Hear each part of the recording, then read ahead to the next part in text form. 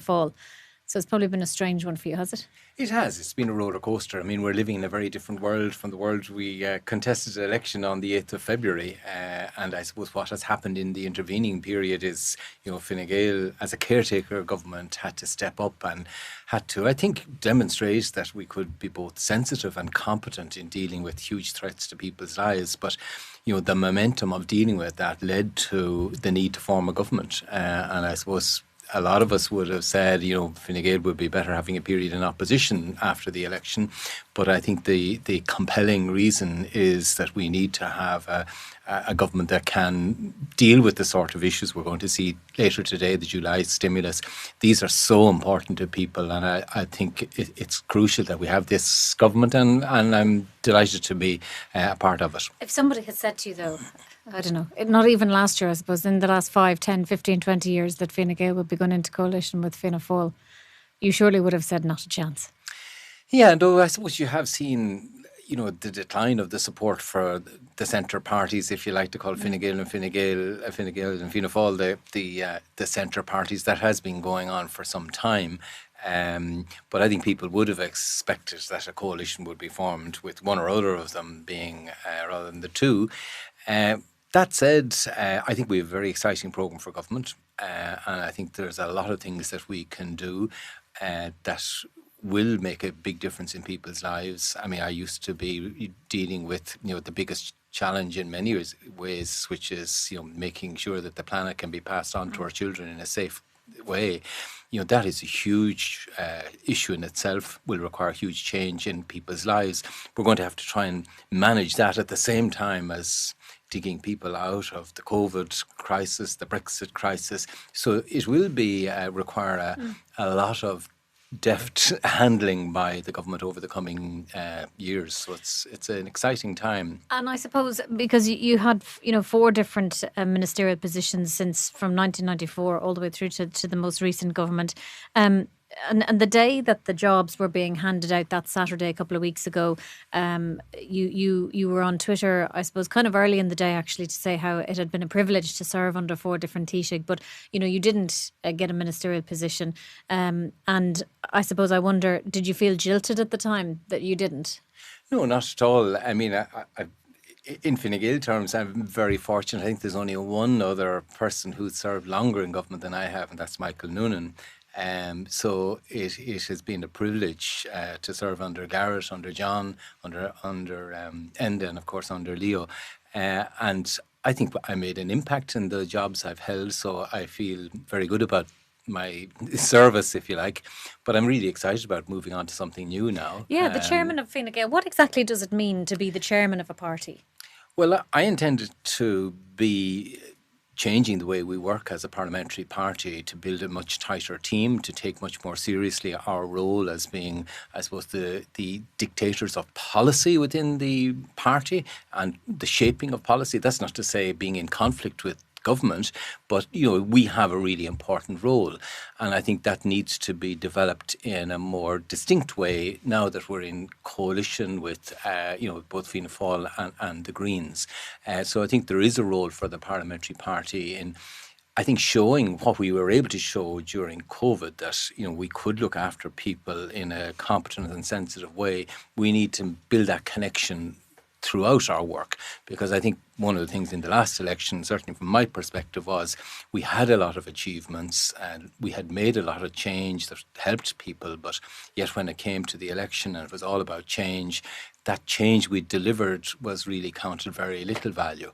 So there is a question mark for us as an organisation why we weren't able to project and sell what we had achieved. So I think, chair of the parliamentary party gives me a chance to build a team around me to do that. And, look at who I have. I have Jennifer Carroll, a very experienced policy advisor, legal expert, Alan Dillon, his reputation as not only his professional but as a member of the Mayo team, fantastic team building capacity, and Emer Higgins, who has come from a very senior position in a multinational with a lot of, I suppose, savvy about the new ways of working. Three new TDs, of course. Three new TDs, really exciting team to build around. Which is interesting, because I suppose they were 3 new TDs that gained seats in this general election. But something did go wrong for Fine Gael. You touched on it there, that the change that you said that the party had it didn't cut through in February in the general election.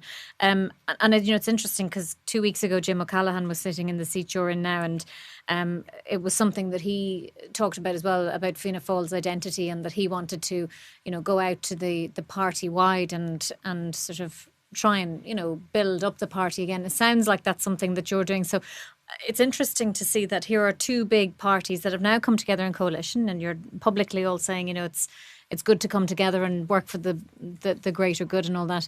And yet there's a concern about your individual identities going forward, it would appear.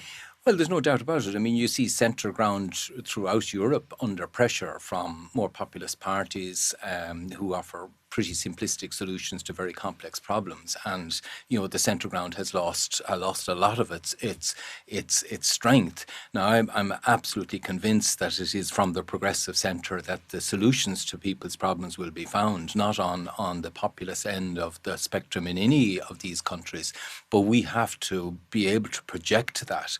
We can't be doing things in health or housing or education, and the public feel that we're doing nothing. There's a big failure. I mean, you can cite what we did. I know I was in education. We put 10,000 people into the education system, more teachers, more SNAs, and we changed a lot. But yes, there wasn't a sense that we had delivered for people when it came to voting. So there is something wrong with the way the centre ground is working. We don't have good enough outreach to people who are opinion formers. Perhaps we're not competitive enough on social media spaces. I think so that's why I think a parliamentary party, who is the supreme policy-making body of an organisation, needs to flex its muscle more. That's not to cause rows, it's to actually improve the outcome of a government, to make sure that policies are more attuned to the pressures in people's lives, not less so. And that's, I think, where we were caught out. You mentioned earlier that there was many in the party who weren't in favour of going in with Fianna Fáil. Where did you stand on that? Oh, I was against it at the beginning, very clearly.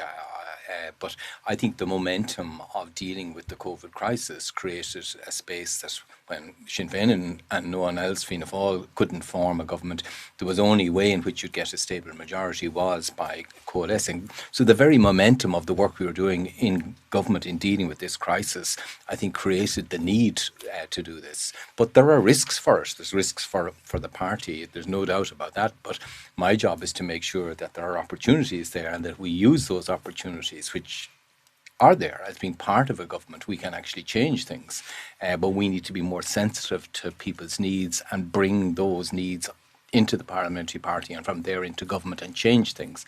That's, I think, where we have been perceived to fall down, and I think we have fallen down to a degree. There's some huge challenges now facing the coalition government all around the COVID-19 crisis, I suppose. The July stimulus, now we're going to be hearing about that this evening once the Cabinet agree on it. One of the things that's being mentioned in the July stimulus is this tax rebate for staycations, but reports are that it might only start in October, when everybody is now thinking, here we are heading into August, the last chance to get away for a few weeks somewhere. But why wouldn't the government put something in place quicker? Is there a feeling that they've been a little bit slow to kind of organise themselves when it comes to helping people and businesses as well? Well, I suppose the purpose of a July stimulus is to do just that, to stimulate new demand.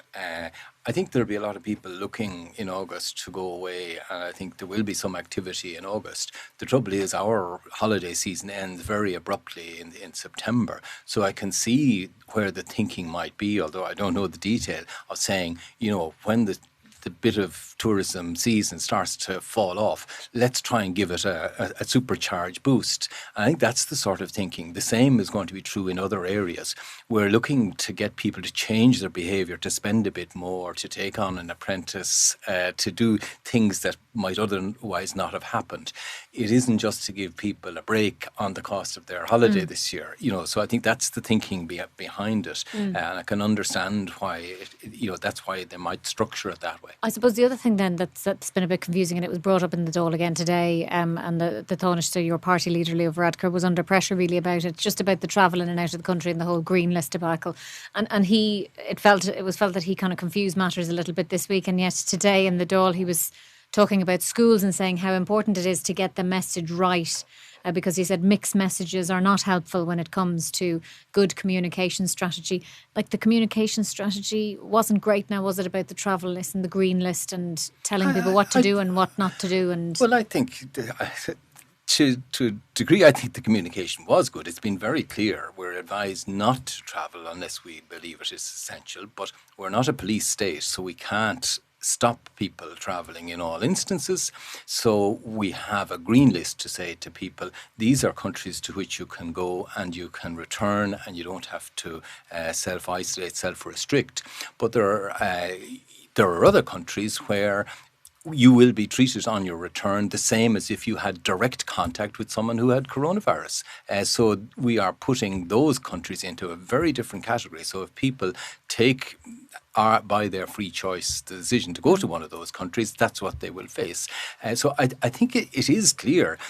I know there's people, the insurers don't like the message, perhaps the airlines don't like the message, so people will be out there trying to muddy the waters. But I think the advice from government is very clear, and I think it does give a pathway for people. And hopefully, most people will stay at home. I was just out in Hoth and Clontarf having a swim and advertising the wonderful facilities. Today. I was indeed Chilly, advertising. I'd say, wasn't No, it? it was perfect. The Dublin Bay sun shone out there in Dollymount, and it was ideal. So I'm trying to get that message out. The government maybe, though, just ended up with a sort of a halfway house. So it's not a proper green list. It's just a sort of a halfway in-between list that doesn't really achieve anything in the end. As you said, it's not satisfying the airlines or the insurers, but it's not really facilitating consumers either, or travellers. Keeping people safe. So the advice to people is don't travel. But if you are travelling, these are the countries you should travel to, because they have a lower level of infection than we do, a lower level of virus. So by going there, you're not exposing yourself or your loved ones to greater risk. But by going to other places, you would, and we will take the measure of expecting you to be treated when you come back like as if you've been in contact with someone with the virus. I think that's a pretty blunt message. You're right, it's not what the airlines want to hear, but we believe, and we've had the advice of fantastic public health advice, that this is the right thing to do to protect the public and make sure that when economic recovery comes, as it will, that there aren't reversals and people aren't having to readjust, having just, I suppose, created the momentum to reopen. The other thing that the public health advice, though, has been talking about, the importance of contact tracing and following up and making sure, that the contact tracing facility is in a good enough position so that if there is a sudden influx via travel, because we're being told that travel is the thing that's going to, lead to potentially a spike or further infections. But yet, then today we're hearing from Social Democrats, Roisin Shortall, who looked into the figures, only 4,000 follow-up calls were made on 60,000 people arriving into Dublin Airport in the first 2 weeks of July. It's kind of shocking, I think, isn't it, that the contact tracing doesn't seem to be working. Well, the contact tracing is usually explained as people contacting the contacts of people who've had the virus. What we're talking about here isn't contact tracing. The follow-up, but it's follow-up with people follow-up, who make a declaration. Now, that is something that the government have acknowledged we have to step up. That declaration form only came in very recently in itself. And I suppose the filling out of that is only a few weeks old. And now we're going to have more systematic following up. And we're going to be doing it only in the countries who are not on the green list. So I think, this is an area where we need to improve. But the reality is, the number of cases coming from travel represents about 2% of the cases we've had here. So far, exactly. So now is the time we need, as we're opening up travel, now is the time we need to put that in place.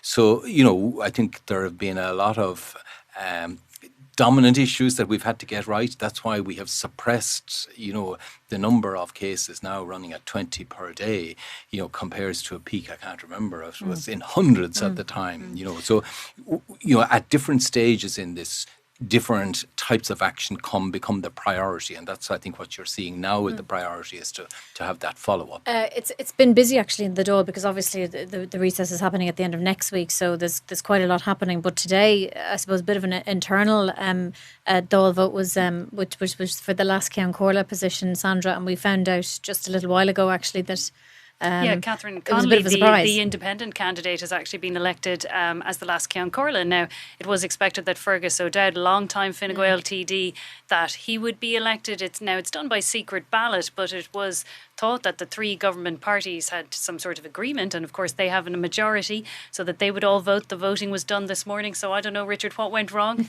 Well, no, nothing went wrong. I mean, this isn't a whipped vote. I mean, it's under the rules which were brought in indeed by our own government of making secret ballots, because the position of Ceann Comhairle and last Ceann Comhairle are the possession, if you like, of members. They're not the possession of political parties.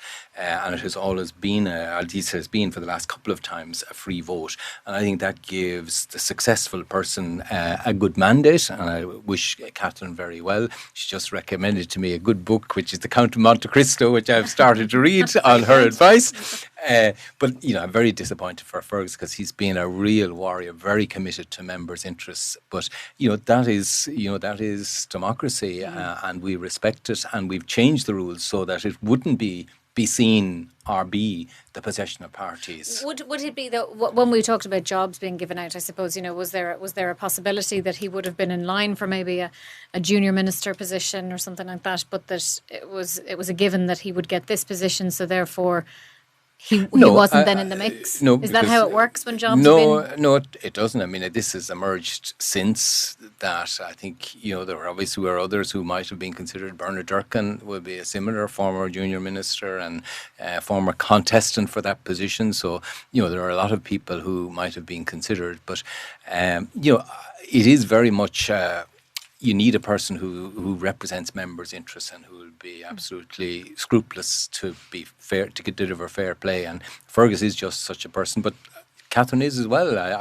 Catherine has been in the chair a lot. I've been there. She is a really scrupulously fair, and I wish her very well. Yeah, you have to be a stickler for time when you're in that chair, don't you? You really have to. Well, I think you have to be stickler for fairness. I think stickler for fairness. Yeah. You have to. No one can feel that one party is going to get an inside track on another. That's the job of the chair, and I think either of them would have done that really well, but Catherine is the victor on the day. Richard, it's been great speaking to you. You mentioned social media there earlier, and you're on social media yourself. You tweet and you Instagram as well.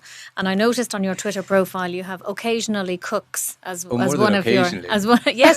Well, then I went onto your Instagram and I noticed that there's all sorts of lovely photographs of wondrul food that you've produced, including what looks like homemade scones. Oh, I make scones, and my lockdown has been I'm making focaccia. Wow, which is so you stayed away from what everyone was doing with banana bread and sourdough. I'm not that sweet toothed. I'm much more savoury. But I've been making brown scones since I was nearly an infant. Whereas focaccia is a new breakthrough. But yeah, I love ethnic food: Moroccan, Indian, Thai, Italian.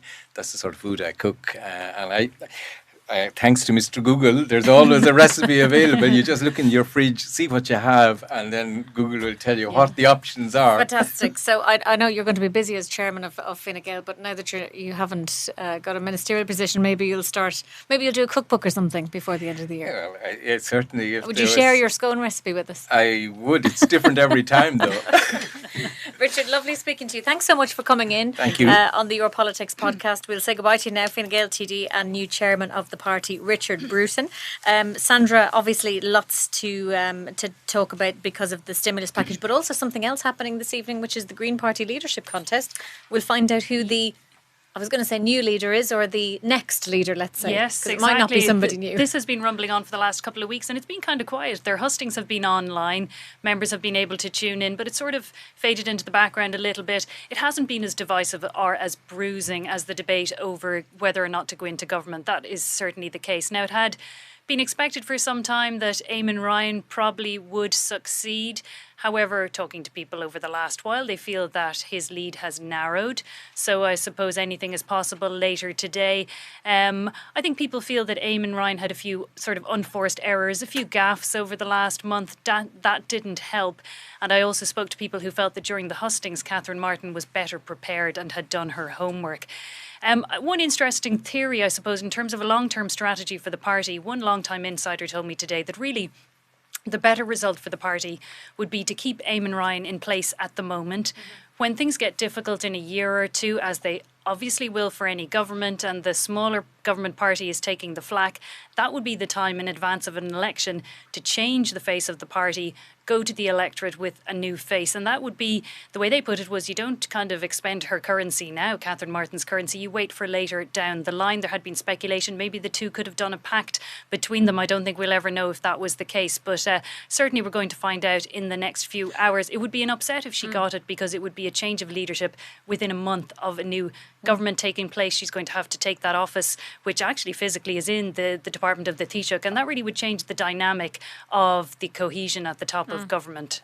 And of course, the other thing that maybe wasn't so surprising, but I suppose just to come today was a little bit of a jerk, I suppose, maybe for the Green Party. Saoirse McHugh announcing on Twitter that she was leaving the party, and no big surprise, like I say, but on Twitter, and a lot of people talking about her today.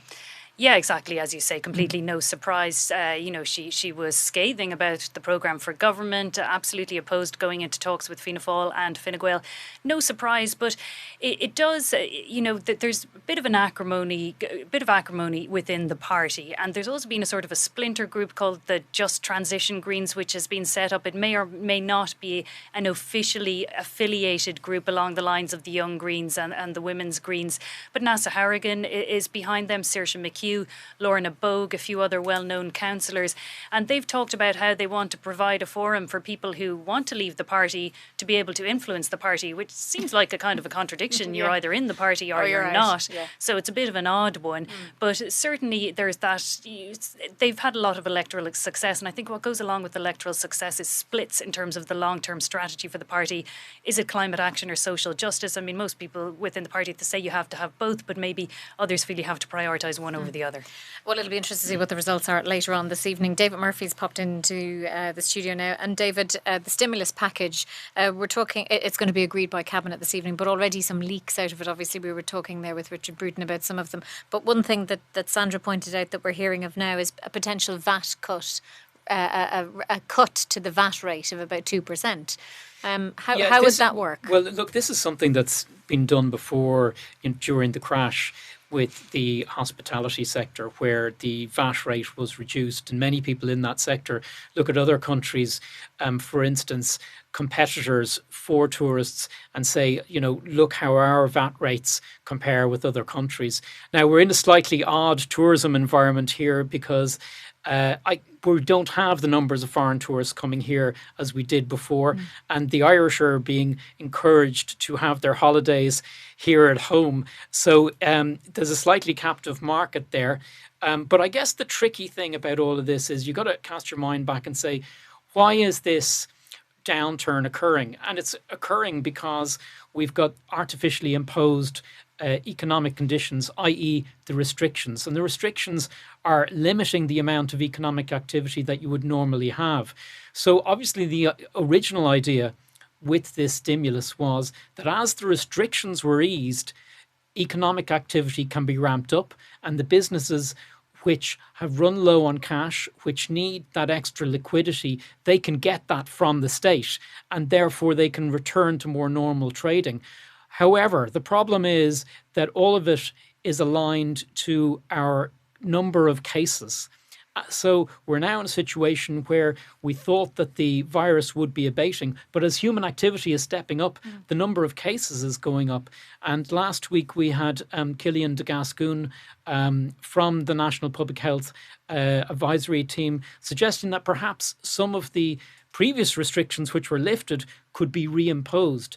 And if we go into that situation, there's a very tricky managing job for the government of saying, on the one hand, we're going to introduce more liquidity for business, more support for credit, and so on and so forth, while at the same time they may be reimposing some restrictions which would limit business activity. And there, in that scenario, you'd have to say, are all of the elements of the stimulus going to work if you're reimposing restrictions? And I think that is going to be a very, very tricky challenge for the government. It's a balancing act, really, isn't it? To try and get it right, but knowing that it might have to change. Well, there's no point in throwing good money after bad. There is no point in saying we're going to put money into a business if that business isn't going to make it across the line, or if you're imposing economic conditions which mean that business is not going to survive. For example, in some of the city centres, you'll see that the offices are still largely closed. Many businesses, particularly large US corporations, they've said to their staff, don't come in until January. And all of those firms that employ thousands of people, those people generally go out at lunchtime and maybe get a sandwich and a coffee, and those coffee shops are absolutely dying. So the question is, what is going to happen to those type of businesses, and do they have a chance at survival? Because we're, as a state, throwing a lot of money at this. We collect 60 billion in taxes every year. Say, for instance, this stimulus is going to be something in the region of 10% of the taxes that we collect every year. Is it all going to be well used? Is it going to be used for the right purposes? I think those are the kind of questions that people want answered. And Sandra, it's a huge decision, of course, for the coalition government to be coming up with, and it's obviously taken a while. But the other big decision that they have to now really get on top of is the reopening of schools. And it was something that was brought up in the Dáil a lot this morning. The Taoiseach Leo Varadkar taking leaders' questions, put under a lot of pressure from the opposition parties about it. And we're hearing now that the Minister for Education will actually be out tomorrow morning to talk about the plan for reopening schools. Yes, flanked by the Taoiseach. We believe Micheál Martin, they're going to do some sort of press conference at the Department of Education tomorrow. Now, Leo Varadkar said in the Dáil today that it would be kind of a couple of weeks before we had some clarity on this, but he absolutely stressed that he couldn't see any reason why the schools couldn't reopen. And I think you could read into that maybe a sort of a view that teachers had to play their role in helping to get schools reopened. What we saw at the COVID committee in the Dáil a few weeks ago, when all the teachers' unions were in, was they said, one of the unions said, what are you going to see in September? Empty classrooms, because teachers aren't going to be there because they feel that they are not going to be safe. And the safety of their members, of course, is paramount. But politically, that's very difficult. Parents want to see schools reopened for all sorts of reasons, and childcare is just one of them. So it's been absolutely stressed by Micheál Martin as well that it's the number one national priority, and they really, really want to get this right. So presumably tomorrow morning we'll be hearing, schools are reopening and this is how we're going to do it. Because I think that's what the problem was today. There was the opposition parties calling for detail. Exactly. And to be fair, there has been criticism of the new minister, Norma Foley, for not having the answers in media interviews, for not coming before the Dáil.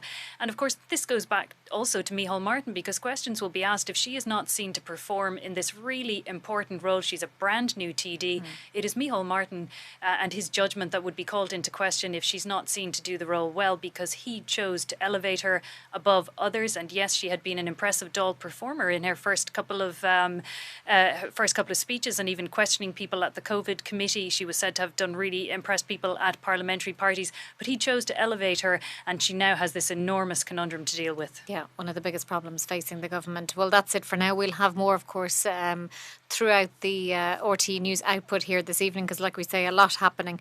So stay tuned. But that's it for now from this week's Your Politics podcast. Thank you very much for joining us. If you like us, please subscribe, leave a review, and you can join us again next week. From me, Maggie Doyle, and Sandra Hurley and David Murphy. Thank you very much for listening.